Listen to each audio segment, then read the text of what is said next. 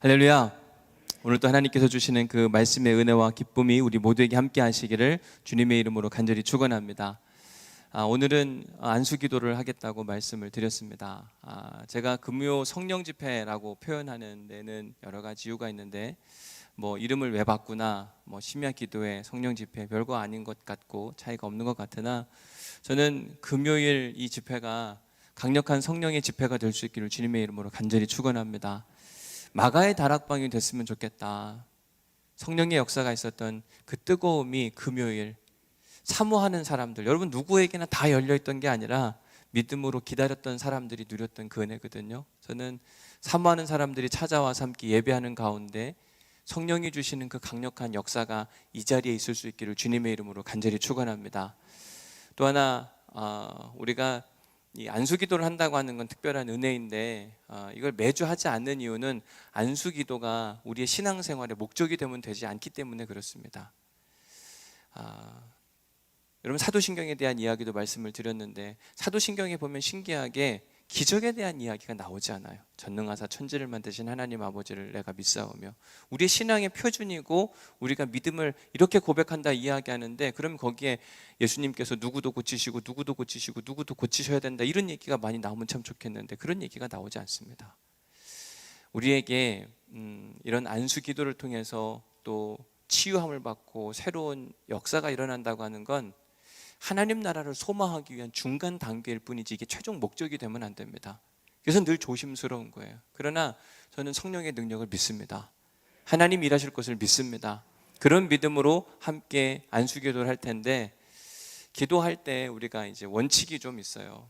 그냥 받아서 되는 문제가 아니라 오늘은 간단하게 소개를 하고 이제 설교를 하려고 하는데, 저는 이제 감리교 신학대학교를 졸업을 하고 미국에 가서 이제 공부를 하고 왔는데, 제가 졸업한 감리교 신학대학교의 학풍은 막 이런 안수기도 이런 거에 별로 그렇게 큰 관심이 없습니다. 그래서 그렇게 학교 직접 배워본 적도 없고 막 제가 또 그렇다고 엄청 큰 관심이 있었던 것도 분명히 아니에요.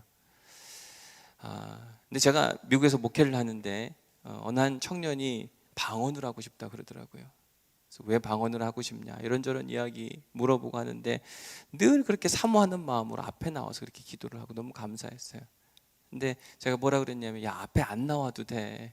야, 하나님 앞에 나오시면 방언 주고 저 뒤에서 기도하면 방언 안 주고 그러지는 않을 거 아니야. 내가 너의 사모함은 알겠는데 저 뒤에 네 묵묵한 곳에서 하나님이 너에게 하나님의 언어를 주시기를 간구해라. 그런데 진짜 그 다음 달, 우리가 한 달에 한 번씩 새벽 기도를 했는데 그 다음 달 새벽 기도 때 저는 아무것도 한 게 없는데 진짜 그 공간 안에 임재하신 하나님께서 그의 입술을 여셨고 막 방언 기도를 하더라고요. 진짜 좋다, 감사하다, 신기하다. 한국에 왔는데 2013년도에요. 제가 청년부 집회를 제가 인도하러 간 건 아니고 교회 청년 집회가 있어서 그냥 방문차 갔다가 저녁 때 같이 기도회를 인도하는데 어느 한 젊은 청년이 귀신이 들려서 제가 기도하러 이렇게 딱 하는데 귀신이 진짜 알아보고 저를 달려들어서 치려고 해가지고 여기에 아직도 상처가 있어요. 맞았거든요. 건장한 남자 청년 2명이 막는데도 안 되더라고요. 근데 그때도 함께 기도하면서 저는 진짜 어떻게 해야 될지 솔직히 잘 몰랐어요. 학교에서는 그렇게 하면 어떻게 하면 된다 이렇게 배운 게 아니라 교회에서 들은 거 있잖아요. 부흥 강사님들이 해줬던 이야기. 내가 나사렛 예수의 이름으로 명하노니 떠나가라. 이렇게 하면 떠나갈 줄 알았는데 안 떠나가더라고요. 너무 당황스러웠어요. 그런데 하나님이 일하시니까 그 일도 하나님이 해결하시는 모습을 보면서 이런 일들에 대한 마음의 확신과 또 도전이 생기기도 하고, 또 저희 장인 어른 되시는 목사님이 그런 일들에 은사가 있어서 그런 일들을 함께 하다 보니까 하나님이 나한테 또 다른 은사를 개발하게 하시는구나. 만약 제가 두렵고 난 이거 아닌 것 같아 막 도망쳤다면 아마 저는 그렇게 하지 않았을 것 같아요. 근데 하나님이 저한테 주시는 그런 기회 가운데 함께 기도하는 가운데 여러 가지 일들을 바라보기 시작하니까 저한테도 이 일들을 할 수 있는 담대함을 하나님이 허락하셨다고 저는 분명히 믿습니다. 그래서 매주는 아니지만 한 달에 한 번은 꼭 함께 안수하는 시간을 가지려고 하는데, 첫 번째 원칙은 뭐냐면 기도받는 게 목적이면 안 돼요. 하나님 앞에 엎드리는 게 먼저야만 합니다. 하나님, 내 마음을 주님 앞에 드립니다. 여러분들의 간절한 소원을 주님께 정말 끊임없이 아뢰는 다음에 이 앞에 나오셔야 돼요. 그러니까 안수기도 하겠습니다. 그럼 막 줄 서요. 그럼 줄 서서 빨리 받고 집에 가는 게 목적이 아니잖아요. 그래서 여러분들한테 이제 안내해 드리는데, 안수 받기를 원하시는 분들은 이쪽 오른쪽에 보면, 여러분들 왼쪽에 보면 자리가 비어 있잖아요. 저기에 가셔서 충분히 기도하고 오셔야 돼요. 여러분들의 소원을 하나님께 간절히 아뢰시는 게 첫 번째예요. 그리고 여러분 이제 순서가 돼서 이렇게 앞에 나오시면 되는데, 제가 이렇게 기도하다 보니까 이런 게 있어요. 뭐냐면 내가 매달리는 것도 있지만, 여러분 우리가 어느 한 질병에서 자유해지려면 내 몸을 하나님께 맡겨야 되거든요. 그래서 이 앞에 나와서 기도하실 때는 여러분의 몸을 하나님께 맡겨야 돼요. 여러분들의 영혼과 여러분들의 기도의 제목을 맡겨야만 됩니다. 하나님 도와주세요, 이렇게 해서 될 문제가 아니에요. 진짜 하나님, 내 모든 것을 맡깁니다. 주님 나를 받아주옵소서. 온전한 주님께 맡김의 기도가 필요하더라고요. 그럴 때 제가 안수기도를 하는데, 어떤 사람들은 진짜 그 자리에서 푹 가라앉습니다. 어떤 사람은 진짜 뒤로 그대로 넘어가기도 하고, 어떤 사람은 펑펑 울기도 하고. 근데 그게 전혀 어색한 게 아니라는 걸 여러분들이 기억하셔야 돼요. 그러한 수치심이나 그런 것들 때문에 부끄러워하면 아무 의미가 없어요. 여러분 자유함 가운데 여기 나오셔서 하나님께 여러분들의 모든 걸 완전히 기대세요. 그래서 막 이렇게 하지 않으셔도 되고, 편안한 상태로 여러분 안수 받으시면 돼요. 그러면 진짜 하나님이 자유함을 허락하실 거거든요. 저는 오늘 이 밤에 우리 안에 가지고 있는 이런 일들이 기도하는 가운데 해결될 수 있기를 주님의 이름으로 간절히 축원합니다. 주님이 하십니다. 분명 주님이 일하시고 주님이 이 자리에 지금 임재해 계시거든요. 각자 역할을 하게 하실 텐데, 하나님께서 우리에게 필요한 그 기쁨의 은사를 허락해 주실 수 있기를 주님의 이름으로 간절히 축원합니다. 이제 오늘은 우리 교회의 목회적 방향성과 목회 그 6번째 시간, 5번째 시간 정도 되는 거네요. 5번째 시간으로 우리가 함께 이야기를 나누려고 하는데, 말씀을 나누려고 하는데요. 반복하는 게 되게 중요하다고 생각이 들어요. 우리 교회의 방향성은 뭐라고 그랬죠? 하나님의 꿈을 이루어 드리는 교회. 계속 반복하는 게 제일 좋은 교육인 것 같아요. 그래서 우리 온누리교회 그러면 어떤 교회입니까? 라고 이야기했을 때 그냥 한마디로 이야기하면 하나님의 꿈을 이루어 드리기를 위해 애쓰는 교회입니다. 여러분들이 그렇게 늘 고백하고 누구한테 소개해 주시면 좋겠다, 이런 생각이 듭니다. 이와 아울러서 우리가 이제 그 교회의 어떤 광고나 홍보를 할 때 좀 한눈에 탁 보이게 하면 좋겠다고 하는 마음 가운데, 제가 디자인을 좀 부탁을 해가지고 디자인이 이번 주에 왔어요. 그래서 여러분들한테 이번에는 의사를 좀 물어보려고 어떤 디자인이 좋을까, 그래서 3개의 디자인이 왔어요. 1번, 2번, 3번 제가 우리 사역자들한테 다 물어봤고 했는데, 여러분들에게도 한번 묻고 싶은 마음이 있어서 제가 좀 더 자세히 하나씩 보여드리면, 1번은 이렇게 생겼어요. 하나님의 꿈을 이루어 드리는 교회라고 하는 것을 이렇게 만들어 왔어요. 2번째, 저거는 하나님의 꿈을 이루어가는 교회인데 저건 이루어 드리는 교회로 바꾸긴 할 겁니다. 그리고 3번째, 자, 여러분들은 1, 2, 3번 중에 어떤 게 제일 좋으세요? 난 1번이 괜찮은 것 같다.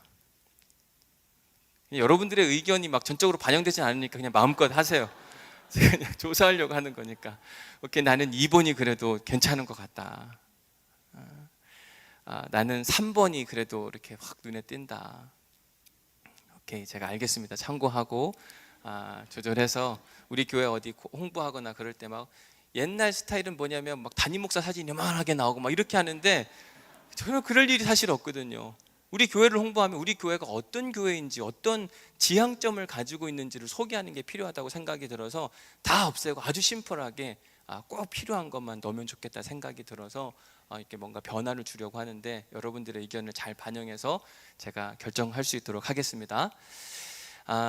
우리가 이제 그 하나님의 꿈을 이루어 드리기 위해서는 사람이 필요하다. 어떤 사람이 필요한가? On Christ Ministry, 예배가 살아있는, 예수 그리스도가 반석이 되는 그런 예배를 드려야 된다, 이런 말씀을 드렸는데, 가장 중요한 것 중에 하나가 뭐냐면 God-centered worship이에요. 하나님 중심의 예배.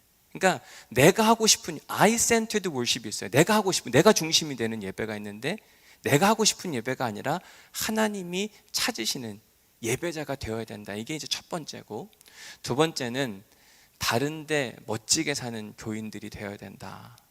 우리가 달라서 멋진 사람이 되어야 된다. 제가 이런 고민을 하다가 2001년도에 이 9/11이라고 오사마 빈 라덴이 막 그 쌍둥이 빌딩 팍 폭파했을 때 소방관들이 가서 이렇게 구해내고 하는 그런 장면에 소방관들이 가지고 있었던 캐치프레이즈가 있었는데 그게 뭐냐면 First in, last out이에요. 소방관들이 가장 어려운 곳에 먼저 들어가서 가장 어려운 곳에 가장 나중에 와야 된다. 제가 다른데 멋있는 목회를 하려면 어떻게 해야 될까? 담임 목사로서 해야 할 일은 가장 어려운 순간에 그곳에 먼저 들어가고 가장 어려운 순간에 마지막까지 그 자리를 지킬 수 있으면 좋겠다. 저는 제가 그렇게 됐으면 좋겠고, 우리 교회 사역자들이, 우리 교회 장로님들이, 리더십들이니까 꼭 가장 어려운 곳에 먼저 들어가고 가장 어려운 곳에 마지막까지 있기를 소망합니다. 장로님들 그러실 수 있겠죠? 그럼 권사님들한테 물어봐요? 장로님들에게 다시 한번 물어볼게요. 장로님들 그러실 수 있겠죠? 제가 강요하는 것 같아 더 이상 안 하겠습니다. 근데 누군가 그렇게 해야 된다고 생각이 들어요. First in, last out. 가장 어려운 곳에 먼저 들어가고 가장 어려운 곳에서 마지막까지 그 자리를 지킬 수 있는 것이 교회 목사가 되어야 되고, 그리고 교회 리더십 그룹인 장로님들이, 권사님들이, 지역장들이 그 일들을 해줘야 되지 않을까, 그런 생각을 해보게 됩니다. 지난주에는 리더를 키우는 교회가 되어야 된다 이렇게 말씀을 드렸고, 어떤 리더를 키워야 되는가? 열심히 공부하는 사람, 열심히 직장 생활하는 사람. 근데 목적이 있는데 to give, 누군가에게 뭔가를 나누어 주기 위해서. 그래서 공부해서 남주자, 열심히 일해서 남주자. 엔지니어링이 왜 열심히 뭘 수리하고 뭘 개발해야 되는가? 남한테 잘 되게 하기 위해서. 교수님이 왜 열심히 연구해가지고 가르쳐야 되는가? 남을 잘 되게 하기 위해서. 왜 학생들이 열심히 공부해야만 하는가? 누군가에게 내가 배운 걸 나누어 주기 위해서. 저는 이런 리더가 우리 교회 안에 많이 있기를 주님의 이름으로 간절히 축원합니다. 오늘은 이제 몇 번째예요? 하나, 둘, 셋, 네 번째 시간이에요. 네 번째 시간으로 엄브렐라 미니스트리, 피난처가 되는 교회. 제가 오늘 그래서 우리 목사님에게 우산을 하나 갖다 달라 그랬어요. 우산, 되게 큰 우산이잖아요. 엄브렐라가 사실 우산인데 왜 우산이 우리한테 필요한가? 여러분, 우산은 언제 쓰는 거죠? 비 올 때요. 근데 제가 지금 여기서 막 우산을 피고 이렇게 쓰고 있어요.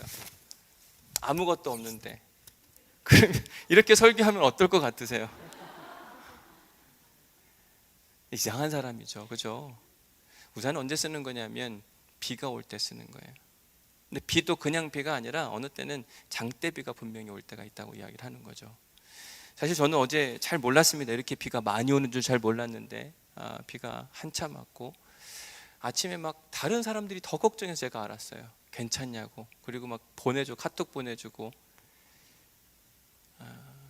비가 무척 많이 왔더라고요. 오늘 아까 다른 부목사님들하고 이야기하는데, 우리 이 앞에도 막 이렇게 횡단보도에 하얀 실선이 보이지 않을 정도로 많은 비가 왔다, 제가 그런 이야기를 듣기도 했고, 또 그 파라다이스 호텔 앞쪽에 갔더니 거기도 보니까 한가득에서 막 바닥에 진흙이 막 있는 모습을 보게 됐어요. 비가 한참 올 때 누군가가 우리에게 우산을 씌워준다, 이렇게. 내가 우산이 없어요, 밖에 나가야 되는데. 근데 누군가가 우산을 씌워준다 그러면 그럼 정말 기쁘고 행복하지 않을까요? 저는 교회가 어느 때 보면 사람이 인생의 장대비를 맞을 때가 있어요. 막 힘들고 어렵고.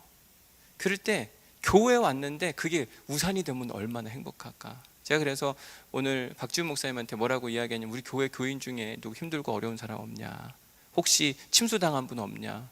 한 몇 분 계시더라고요. 많지는 않는데 우리 어떻게 도와줄까 한번 고민해보자 그랬거든요. 어찌 보면 인생의 장대비를 만났은 그 순간, 누군가가 우산이 되어준다 그러면 얼마나 고마울까요? 잊을 수 없거든요. 너무 감사하고 행복해서 그때 복음을 받아들일 수 있는 가능성이 많거든요. 제가 수원에 있을 때 미혼모 사역을 했는데, 러브 더 월드라고 하는 공동체가 있고, 그 대표가 박대원 목사님, 그리고 사모님이 서지영 사모님이라는 분인데, 미혼모 사역을 그렇게 하시더라고요. 이분이 하는 사역을 잠깐 우리 영상으로 보도록 하겠습니다. 보통 미혼모라고 하면 결혼하지 않는 여성이 아이를 임신하고 아이를 낳는 그 사람을 가리켜 미혼모라고 해요. 근데 제가 생각하는 미혼모라는 것은 뭐냐면 아이의 생명을 지켜낸 사람이 미혼모라고 해요.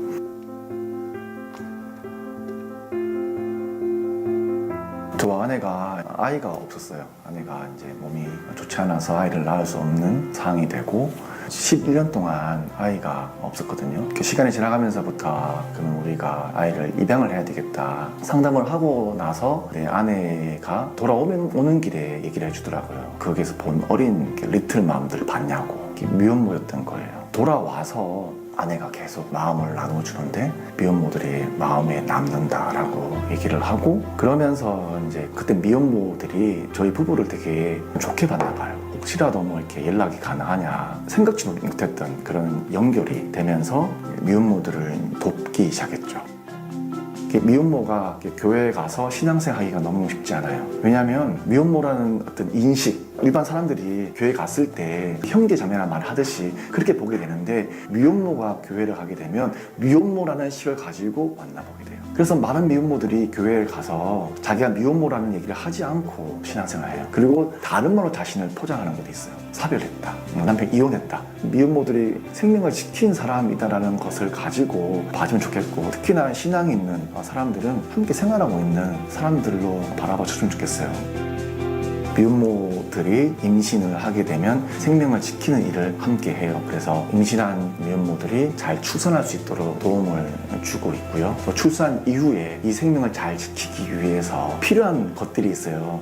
기저귀 필요하고 물티슈 필요하고 그런 것들을 저희가 지원해요. 지역 사회 연계해서 국가에서 보조금이나 이런 것도 받을 수 있는 정보들도 제공하고 있고요. 또 자립할 수 있도록 일자리를 소개해 주기도 하고, 또한 이들이 필요한 곳이 주거지예요. 국가가 제공하는 복지 서비스를 받기 위해서는 거주지가 필요해요. 근데 실제적으로 거주지가 없는 미혼모가 참 많아요. 저희가 LH에서 하는 임대 주택을 소개해서 서류를 적게 해서 하는 경우도 있고, 저희가 있는 놈 없는 놈 다 끌어모아가지고 집을 이제 마련해서 일정 기간 거주할 수 있도록 도움을 주는 그런 일들도 하고 있어요. 또 특별히 많은 미혼모들이 예수님을 잘 몰라요. 그리고 예수님을 알았지만 상처받고 신앙을 떠난 친구도 굉장히 많이 있어요. 그런 친구들에게 예수님이 어떤 분이신지에 대해서 나눠주고 복음을 전하는 일들도 하고 있죠.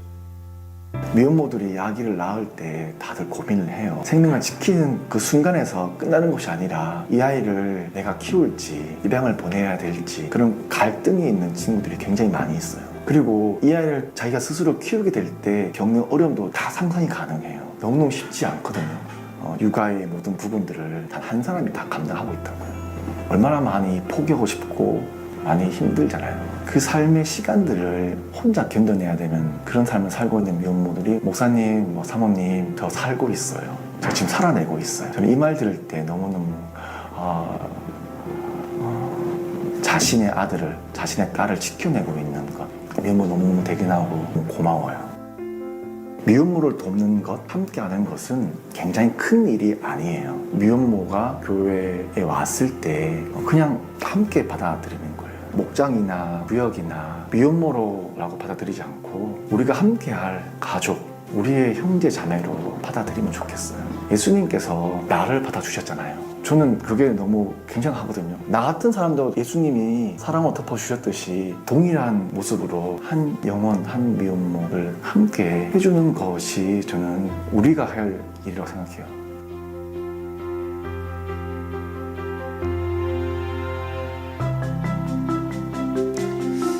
제가 저 러브 더 월드를 방문해서 같이 또 여러 가지 이야기하고 또 우리가 후원할 일들 하고 또 실제로 미혼모들 만나고 결코 쉽지 않거든요. 인생에 어쩌면 자기들이 생각지 못한 흉년을 만나고 어려운 시기에 누군가가 우산이 되어주는 겁니다. 내가 도와줄게. 뭐 대가를 바라고 하는 게 아니에요. 그냥 힘들고 어려운데 어쩌다 보니까 임신을 하게 되었고, 어쩌다 보다 아이를 낳아야 되는데 이거 어떻게 키워야 되나 아무것도 모르고 막 지우고 싶은 사람들을 막 설득해야 낳아야 돼. 막 어딘가 입양기관에 보내려고 애를 쓰는데 아니야, 그러면 너가 키워야 돼. 책임의식을 가져야지. 하나씩 가르쳐주고, 집을 얻는 것에서부터 시작해서 낳으면 도와주고, 또 밖에 나가서 어떻게 살 자리까지 마련해주고 애를 쓰는 모습을 보게 되는데, 교회가 해야 하는 일들이 누군가에게 피난처가 되어주는 일들을 해야 되는 것이 아닌가. 지난 월요일 날 대만에서 선교하시는 선교사님 가정이 부산에 잠깐 내려오겠다 그래서 오시라. 저분들은 중국에 계셨는데 중국에서 추방을 당하셨어요. 저 사모님은 추방당했는데 다시 또 들어가가지고 또 한 번 상처를 크게 받고 나오시고, 그것 때문에 트라우마가 생기고 막 치료도 받으시고, 그러다가 이제 대만에 가서 사역을 하시는데, 이런저런 이야기를 하다가 어느 한 형제를 소개하더라고요. 오만에 있는 한 중국 형제인데, 오만은 이슬람 국가입니다. 근데 이 코로나가 막 오기 시작하면서 막 다 철수할 때 자기도 철수해야 되나 이런 고민이 들었는데, 그때 하나님이 그 자리에 남으라고 하는 마음을 주셨고, 그때야 하나님이 복음을 증거할 때라고 하는 그런 마음을 주셔가지고, 그때부터 길거리에 나가 사람들한테 마스크를 전달해 주기 시작했는데, 마스크 위에다가 이렇게 쓴 거예요. This is a gift for you. 이건 당신을 위해서 주는 선물입니다. From your Christian brother and sisters.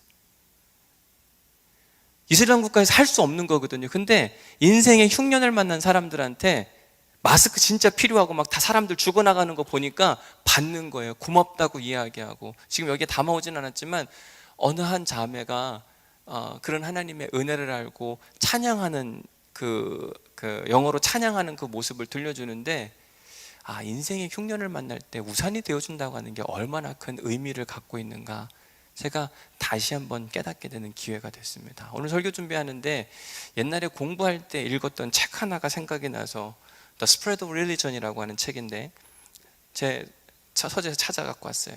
로버트 몽고레멜이라고 하는 사람이 쓴 책입니다. 이 책이 뭐냐면, 종교가 어떻게 퍼져가는가, 종교가 퍼져갈 때, 확산될 때 그 종교가 힘을 가지려면 어떤 요소가 필요한지에 대한 부분들을 자세히 소개하고 있는 책입니다. 이 책에 보면 이런 이야기예요. 여러분 보십시오. 부자하고 가난한 사람이 있습니다. 부자하고 가난한 사람 중에 누가 더 예수를 믿을 가능성이 많을까요?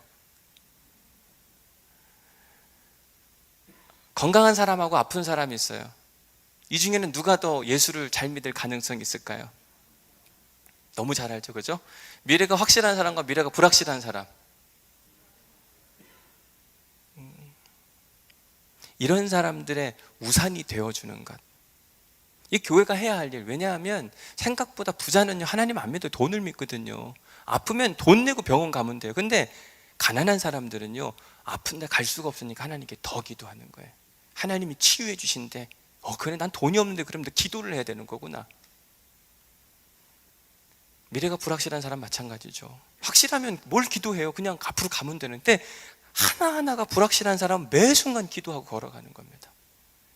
그럴 때 우리가, 오늘의 교회라고 하는 우리 교회가 누군가한테 기둥이 되어주고 기댈 곳, 누군가에게 우산이 되어준다고 한다면, 그곳은 곧 기쁨이요 감사고, 그리고 하나님을 만날 수 있는 또 다른 기회의 장소가 되지 않을까. 인생의 장대비를 만났다고 하는 것을 어떤 사람들은 인생의 광야를 만난다 이렇게 표현을 하는데, 여러분, 광야는요 불편한 곳이고 힘들고 어려운 곳이에요. 저는 제가 직접 가서 찍은 거거든요. 요르단 광야예요. 저를 걸어봤어요. 이게 쉽지 않은 일입니다. 근데 광야는 어떤 곳이냐면 하나님을 만나는 곳이더라고요.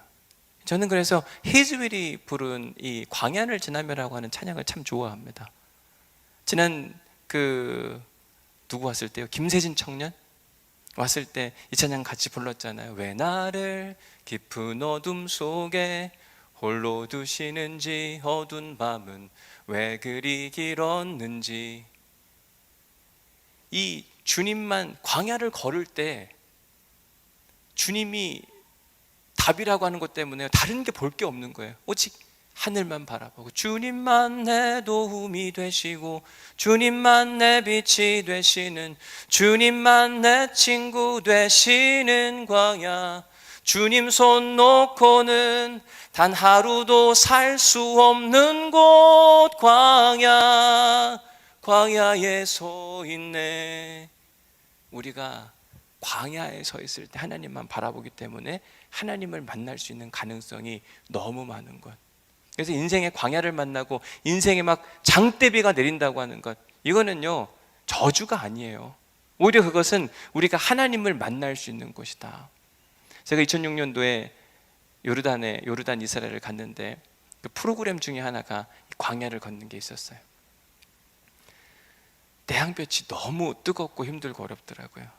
진짜 누군가는 가다가 쓰러져 가지고, 우리 같이 갔던 신학생 중에 하나인데 하나는 쓰러져 가지고 정말 일사병이 큰일 날 뻔했어요. 빨리 물을 먹여서 다행이긴 했는데 너무 더웠습니다. 제가 저기를 걸었어요. 누가 제가 걷고 있는데 뒤에서 이렇게 찍어줬더라고요. 그냥 묵묵히 걸어가는데 이게 광야를 걷는 거구나, 그때 처음 알았어요. 아무도 갈 데가 없고 목적지가 어딘지도 모르는데 그냥 걸어가야만 했습니다. 막 뜨거우니까 가급적이면 그늘이 그렇게 시원할 수가 없어요. 광야에서 하나님을 만나게 된다. 저는 광야를 불평하는 장소가 아니라 하나님을 만나는 장소가 될 수 있기를 주님의 이름으로 간절히 축원합니다. 저한테도 광야가 있었고 누군가에게는 다 광야는 지나갑니다. 어떤 사람은 어렸을 때 광야를 지나가기도 하고, 어떤 사람들은 이 청년 때에 지나가기도 하고, 어떤 사람들은 인생의 끝에서 광야를 만나기도 합니다. 근데 가급적이면 일찍 만나는 게 훨씬 더 좋긴 하더라고요. 왜냐하면 광야를 한번 통과하고 나면 그 다음에 와도 그래, 한번 통과하면 되지 뭐, 주님도 한 번 더 의지하면 되지 뭐, 이런 믿음의 고백 하나가 다시 뭔가 일어날 수 있는 힘을 만들어주게 된다고 하는 거죠. 오늘 본문에 등장하는 다윗이라고 하는 사람도 그의 인생에 있어서 황금기가 있었는가 하면 인생의 큰 위기를 만나는 순간도 있었습니다. 지난주에 설교할 때 이야기한 것처럼 사무엘상 17장에서 다윗은 인생의 황금기를 만났어요. 누구를 쓰러뜨리고요? 골리앗을 쓰러뜨리고 황금기, 뭘 얻었기 때문에? 첫 번째, 부를 얻었어요. 두 번째, 왕의 사위가 됐어요. 세 번째, 그 아버지 집에 세금이 다 면제됐어요. 얼마나 행복해요. 너무 감사하고 즐거웠어요. 이게 어디 나오는 이야기냐면 사무엘상 17장에 나오는 이야기예요. 인생의 황금기, 갑자기 막 사람의 지위가 달라진 겁니다. 근데 그의 인생에 갑자기 흉년이 찾아오고 위기가 찾아오는데 딱 한 장 차이더라고요. 여러분 사무엘상 18장 한번 찾아보겠습니다. 사무엘상 18장 8절 9절 말씀 찾아보겠습니다.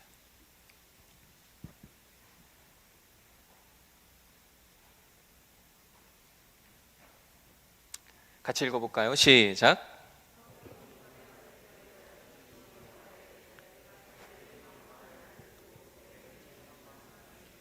그가 더 얻을 것이 나라 말고 무엇이냐 하고 그날 후로 사울이 다윗을 주목하였더라.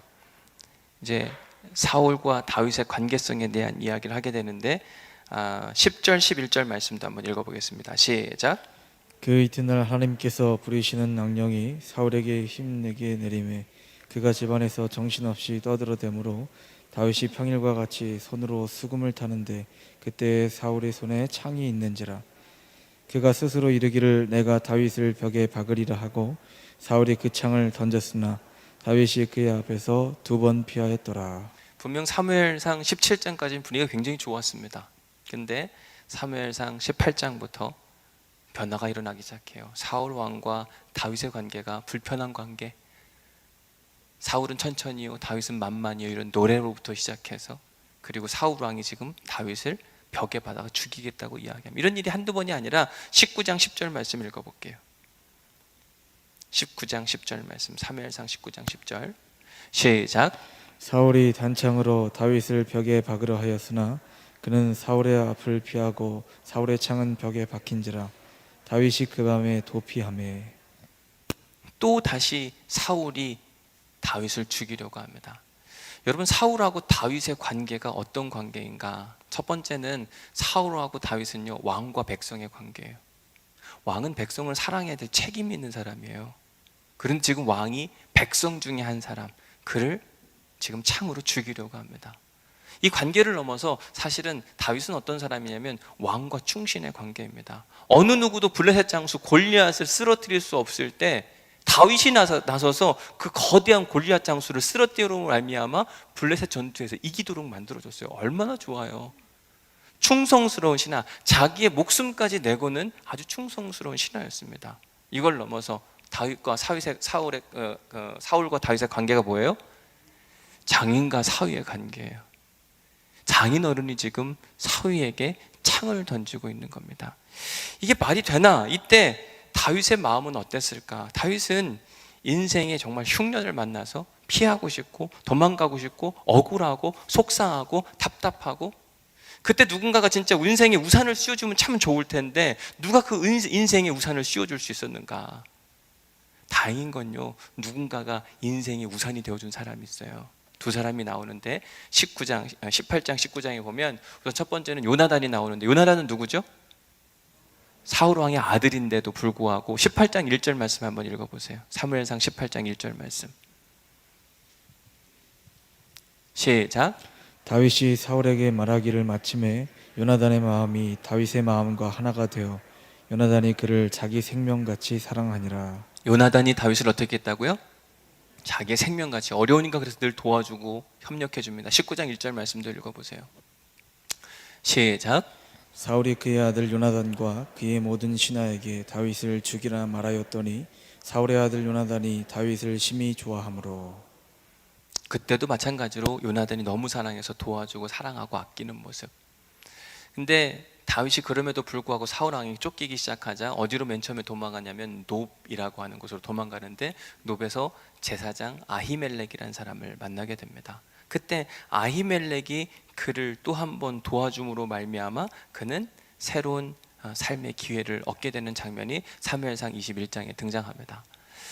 그런데도 불구하고 계속해서 사울 왕과 사울 왕의 신하들이 막 쫓아오자 이제 다윗이 어디로 도망가게 되냐면, 여러분 보시는 바와 같이 저 위에 기브아로부터 시작해서 노브로 도망쳤다가 그 다음에 도망가는 게 가드예요. 저 가드는 어떤 지역이냐면요, 블레셋 지역이었어요. 여러분, 다윗이 얼마나 급했으면 지금 이스라엘 사람인데 어느 지역으로 도망가냐면 블레셋 지역으로 도망가는 겁니다. 내가 이스라엘에서 살아남을 수 없으니까 블레셋이라도 가야 되겠다. 블레셋에 갔어요. 가드의 지역 갔더니 어떤 일이 발생해요? 사람들이 골리앗을 쳐 죽인 다윗을 기억하는 거예요. 그 사람 아니야? 저 이스라엘의 장수인데? 순간 위기감을 느낀 다윗이 그때 어떻게 하죠? 미친 척을 막 침 질질 흘리고 미쳐 정신 나간 사람처럼, 그때 이 블레셋 왕이 하는 이야기가 어찌 저렇게 미친놈을 데리고 왔느냐 그러면서 막 쫓아내잖아요. 그때 다윗이 우여곡절 끝에 그 위기를 넘기고 간 곳이 어디냐면 오늘 본문의 배경이 되는 아둘람 동굴이라고 하는 곳입니다. 아둘람은요, 블레셋하고 이스라엘의 경계 지역에 있는 곳입니다. 그래서 이스라엘 사람들도 그렇고 블레셋 사람들도 그렇고 가기가 좀 껄끄러운 곳. 근데 이 아둘람이라는 곳에 특징이 있어요. 뭐냐면 이 아둘람은 이렇게 약간은 평지 같은 그런 형태의 모습이 보입니다. 그리고 다윗은 이 아둘람에 대해서 잘 아는 게 목동 역할을 했기 때문에 어디에 목초지가 있는지를 곳곳을 돌아다니다 보니까 아둘람에 딱 갔더니 아둘람은 뭐가 많으냐면요, 동굴이 많은 거예요. 근데 여러분, 저기에 동굴이 보여요, 안 보여요? 양만 가득하잖아요. 근데 저기에 동굴이 있어요. 저걸 찾는 게 참 어려워요. 제가 2006년도에 이스라엘에 가서 아둘람 동굴을 찾고 싶어가지고 저기를 찾아간 거예요. 사람들이 인터넷에 올려놨더라고. 어디 어떻게 가면 찾을 수 있다고. 그래서 운전을 해가지고 길을 나섰습니다.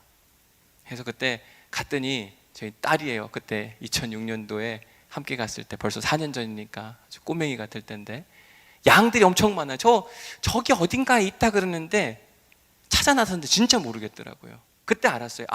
왜 다윗이 피해가지고 아둘람 동굴로 갔는지 알겠더라고요.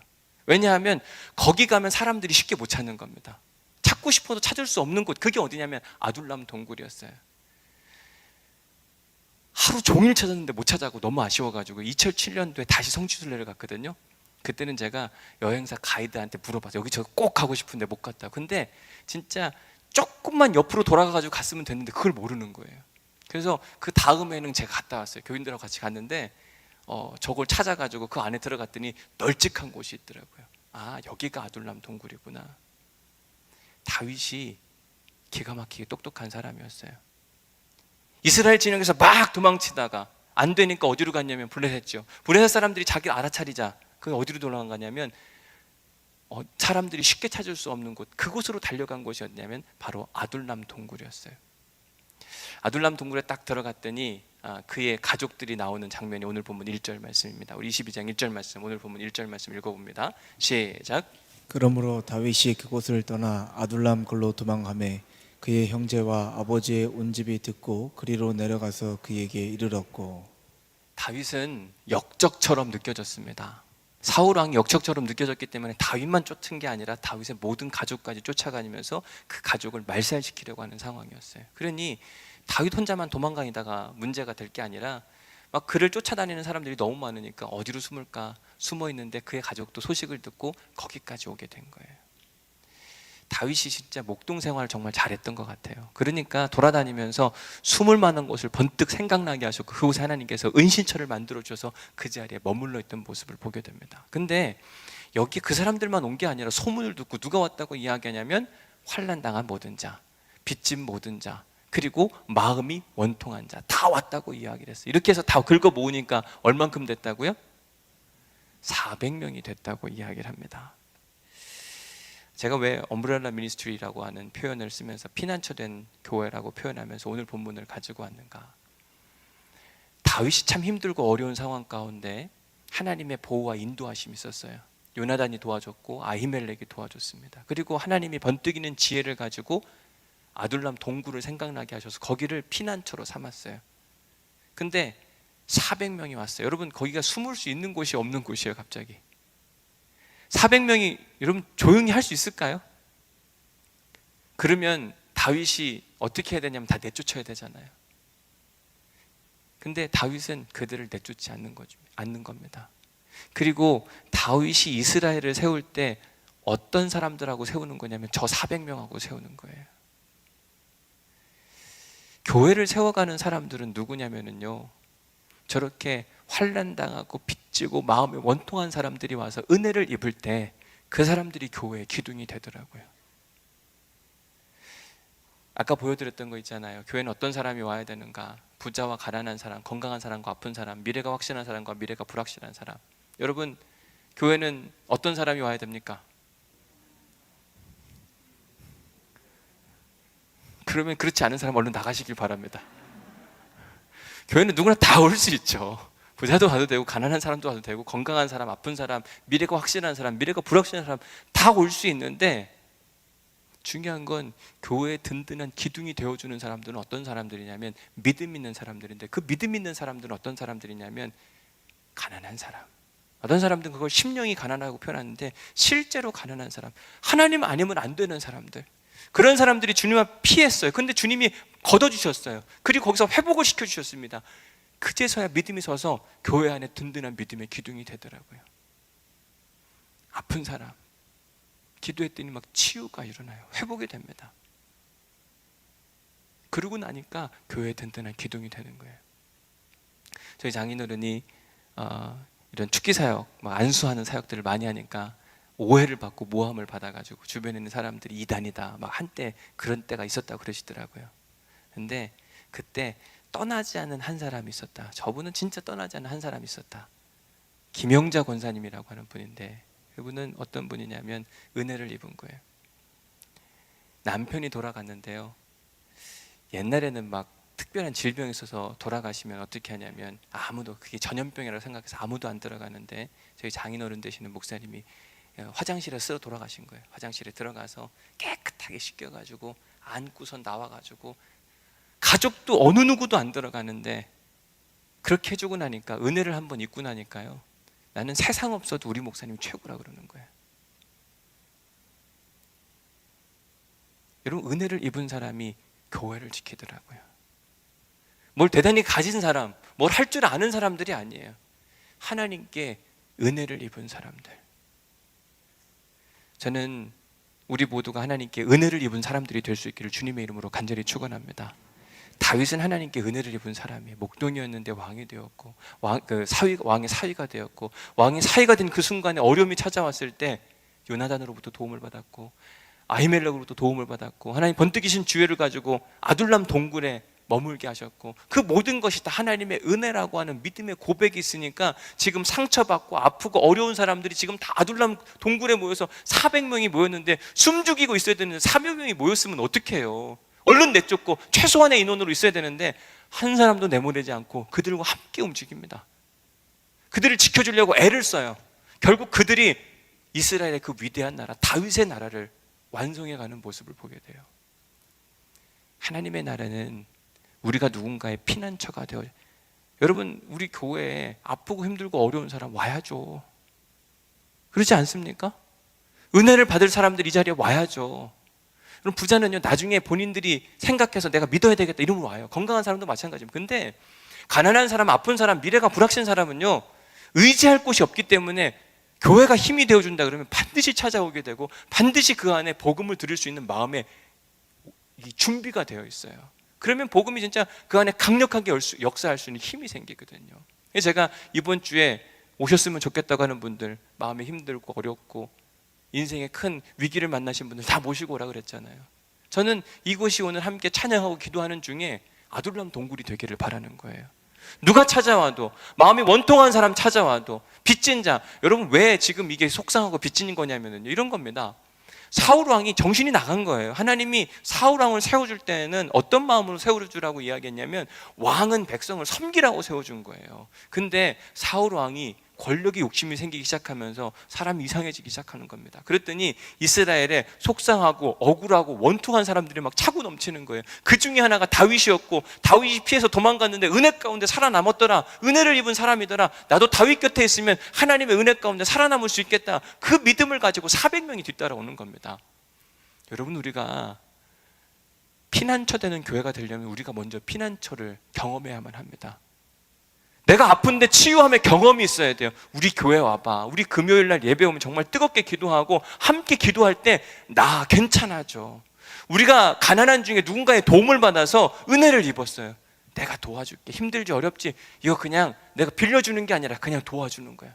이런 은혜를 먼저 경험한 사람들이 있을 때 그 교회는 피난처가 될 수 있어요. 돈 많다고 누군가의 피난처가 되어주는 게 아닙니다. 건강하다고 누군가의 피난처가 되어주는 건 아닙니다.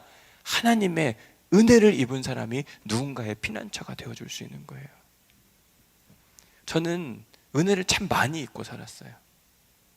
전 저희 누님한테도 은혜를 많이 입고요. 왜냐하면 서울에 와서 학교를 다녀야 되는데 다닐 데가 없는 거예요. 저는 누구한테 참 기대기를 잘했던 것 같아요. 이 사람한테도 기대고, 왜냐하면 기댈 곳이 없어요. 그러니까 기댈 만한 곳이 있으면 기대해야 돼요. 근데 지금은요, 누군가의 등이 되어주고 싶은 거예요. 오늘 또 박지현 목사님 친구 2명이 왔어요. 그 중에 한 명이 제가 예전에 있을 때 같이 있었던 전사님이거든요. 마음껏 내가 뭐 사줄게, 와. 개척 목회하고 힘들고 어려운데 그때 누군가의 피난처가 되어주고 싶은 마음. 왜냐하면 제가 피난처를 많이 경험했기 때문에 가능한 일이에요. 그러니까 여러분, 누군가한테 기대는 걸, 중보기도 부탁하고 누군가한테 기대는 걸 쑥스럽게 생각하지 마세요. 하나님께 기대는 걸 미안하게 생각하지 마세요. 누군가 이렇게 헌금 봉투에 이렇게 기도 제목을 쓰셨어요. 제가 기도 제목을 써오면, 그 감사헌금 제목, 기도 제목을 써오면 잘 정리해가지고 그걸 A4 용지에 뽑아가지고 제 책상에 놓고 아침마다 기도를 합니다. 근데 누가 이렇게 써놨는데, 목사님이라고 표현하지 않았고, 제가 오늘 또 이런 부끄러운 기도 제목을 올려드려서 참 죄송합니다 그러면서 써놨더라고요. 근데 그게 고마운 거예요. 왜냐하면 함께 기도할 수 있기 때문에. 여러분, 하나님한테 미안해하면 안 돼요. 뭐든지 말할 수 있어야죠. 왜냐하면 하나님은 우리의 피난처 되시는 분이시니까. 예수님, 하나님이 우리에게 시편에서 뭐라고 했냐면 나는 너희의 반석이라고 이야기했어요. 피할 곳이라. 저는 예수님이 우리의 피난처가 되시기를 간절히 소망합니다. 예수님이 주인 되어주시는 우리 교회가 피난처 되는 교회가 될 수 있기를 주님의 이름으로 간절히 축원합니다. 누군가 상처받고 아프고 어려워요. 이곳에 와서 펑펑 울 수 있는 교회. 누군가 도움이 필요하고 기댈 곳이 있을 때 내가 도와줄게. 바나바가 많이 생기는 교회. 여러분, 바나바는 엄청 귀찮잖아요. 근데 바나바가 복이라니까요. 바나바를 여러분들이 자청하셔야 돼요. 셀장들만 바나바 하시면 안 돼요. 제가 한번 해보겠습니다. 누가 나서서 그들을 섬겨주고 사랑해주고. 우리도 누군가한테 기댈 때, 여러분, 잘 못 기대는 사람이 누군가한테 잘 못 기대줘요. 나는 혼자 잘 섰는데 당신은 왜 혼자 못 서는 거야? 아니요, 인간은 혼자 절대 설 수 없는 사람이에요.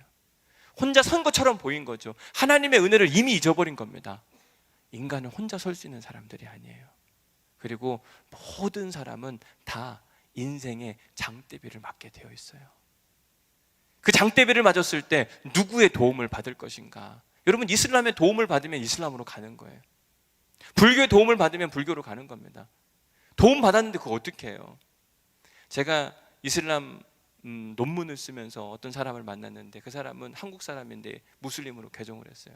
왜 무슬림으로 개종했습니까? 이렇게 물었더니 그 사람이 뭐라고 이야기해요? 자기는 원래 불교였대요.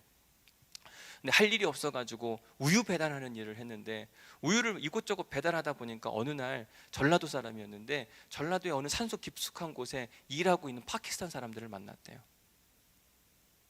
근데 자기가 우유 배달을 하니까 모든 사람들한테 다 터부시를 받았는데, 파키스탄 사람들만큼은 자기를 환영해주고 자기 이야기를 막 듣고 싶어하고, 그래서 나중에 우유 배달하고 상관없이 그곳을 찾아갔대요. 그 사람들이 뭔지, 뭐 하는 사람들인지. 그랬더니 그 사람들이 무슬림 신앙에 대해서 가르쳐주게 되었고, 그렇게 좋은 종교가 있냐 그러면서 개종했다 그러는 거예요. 인생의 위기와 피난처가 필요할 때 피난처가 되어주는 것, 저는 우리 교회가 그런 교회가 될 수 있기를. 교회는 건물이 아니라 뭐라 그랬죠? 왜 모르는 척 하세요? 교회는 건물이 아니라 뭐라 그랬어요? 처음 하는 얘기인가요? 교회는 건물이 아니라 뭐라 그랬습니까?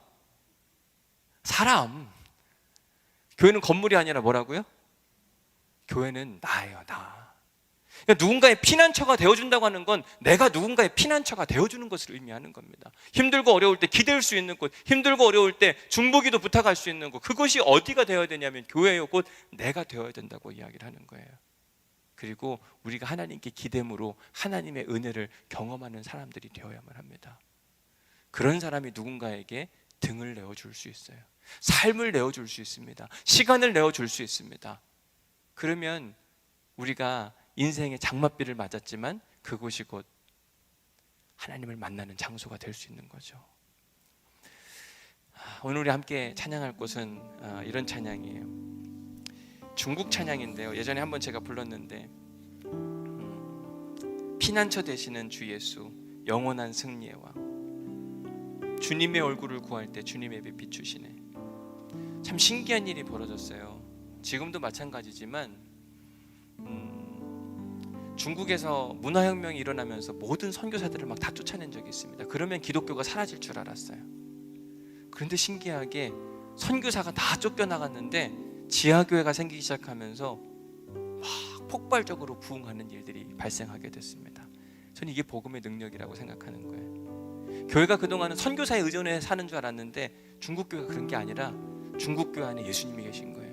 거기에 막 피난처 삼아서 찾아오고 함께 핍박을 당하는데 우리 함께 부둥켜 안고 울면서 끝까지 서로 지켜주는 그 모습들, 그러면서 그들이 불렀던 노래가 이 찬양이에요. 피난처 되신 주 예수, 영원한 승리의 왕, 주님의 얼굴을 구할 때 주님의 빛 비춰주시네. 전쟁은 주님께 속했네, 승리는 우리의 것.